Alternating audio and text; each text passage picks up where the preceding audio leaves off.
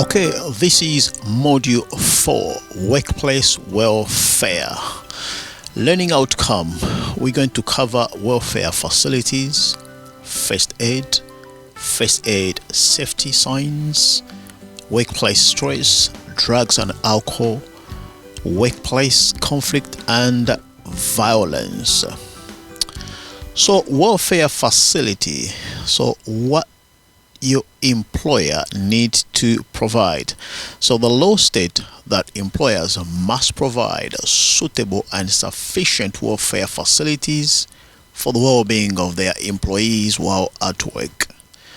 Welfare facilities cover such areas as toilet. So your employer, they have to make sure they provide this, washing, somewhere clean to eat and drink during breaks, and changing facilities. So what welfare facilities your employers need to provide?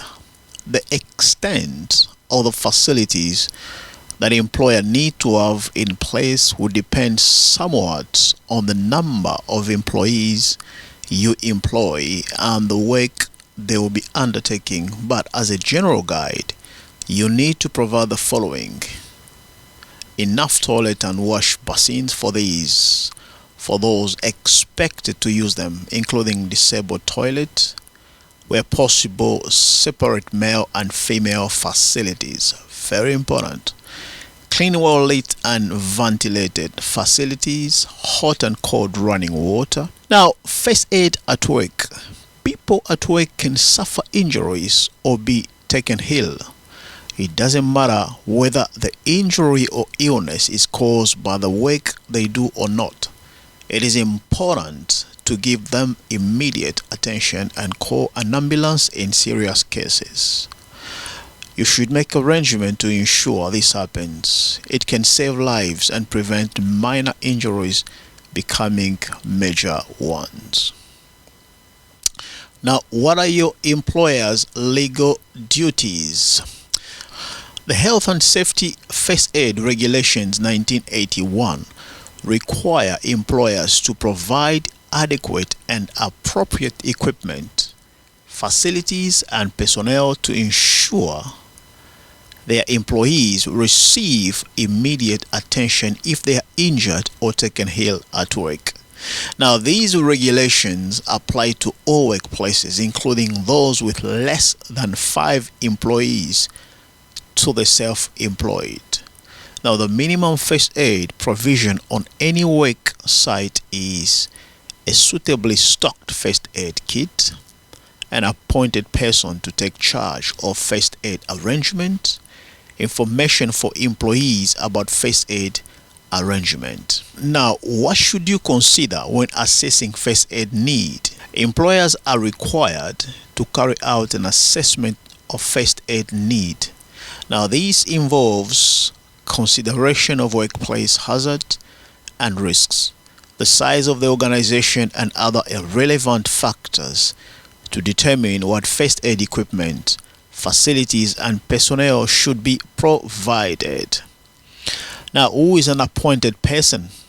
Someone who is in charge of first aid arrangement.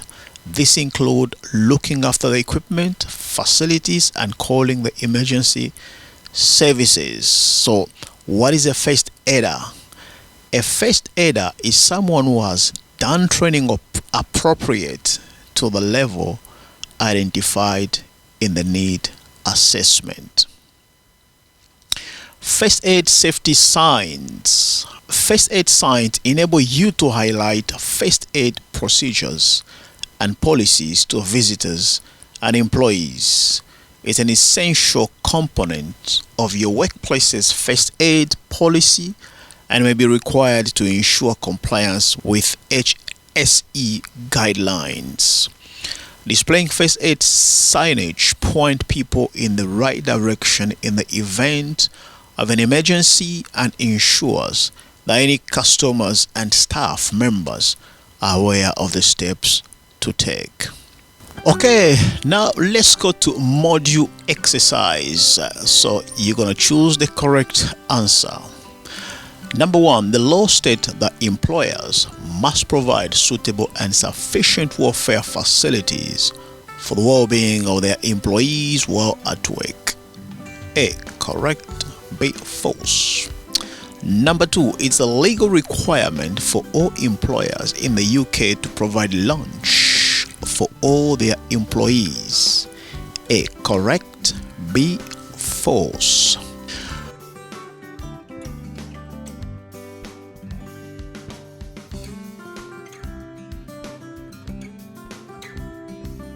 Okay, safety signs. Signs must be clear, readable, should be used to identify actions that are prohibited. Example, no access.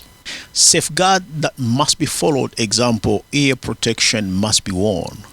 Warning of a hazard. Example, corrosive material. To direct toward fire exit equipment or first aid equipment. Workplace stress. Now, employers have a legal duty to protect workers from stress at work by doing a risk assessment and acting on it. So, what is stress?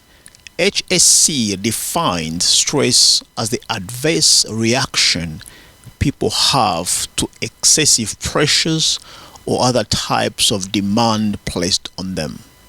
Workers feel stress when they can't cope with pressures and other issues. Employers should match demand to workers' skills and knowledge. For example, workers can get stressed if they feel they don't have the skills or time to meet tight deadlines. Providing planning, training, and support can reduce pressure and bring stress levels down. Now, stress affects people differently. What stresses one person may not affect another. Now, factors like skills and experience, age, or disability may all affect whether a worker can cope. Now, there are 6 main areas of work designed which can affect stress levels. You should manage this properly. They are demand, they can cause stress, controlling people, support, relationships, role change. So these are 6 main areas of work design which can affect stress. Okay, let's talk about drugs and alcohol. Abuse of alcohol, drugs, and other substances can affect health, work performances, and safety. As an employer, you must ensure the health, safety, and welfare of your workers in the workplace. Here are some things you have to consider.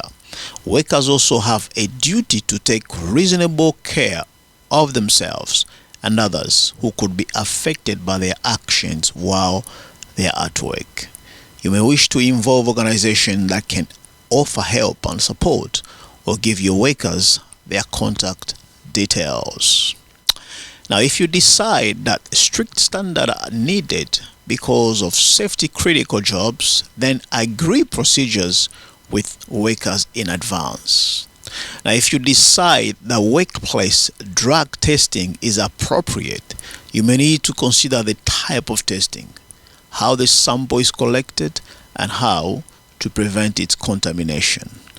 Disciplinary procedures may be needed where safety is critical. Now, workplace conflict and violence. Work-related violence is not just physical. It includes verbal abuse and threats. It is more common in those jobs where workers have face-to-face contact with the public. Now, when physical violence is involved, the injuries to those workers affected are obvious. However, those subjected to constant and repeated verbal abuse and threat may suffer stress, anxiety, and depression.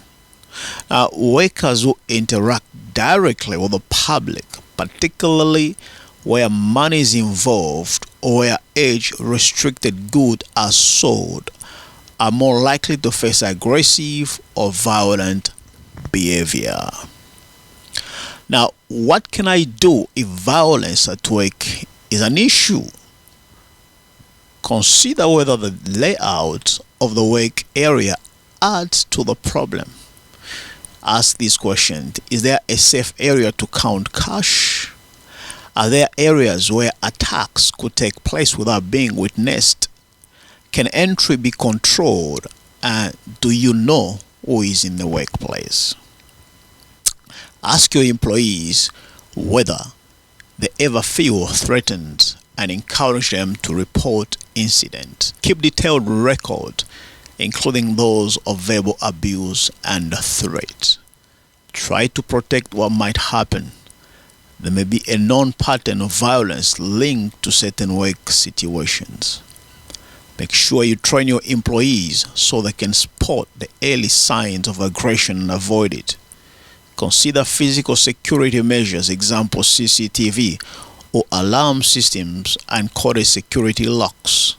Support victims, example with debriefing or specialist counseling and time off work to recover. Okay, so we've come to the end of our module 4. Now check your knowledge.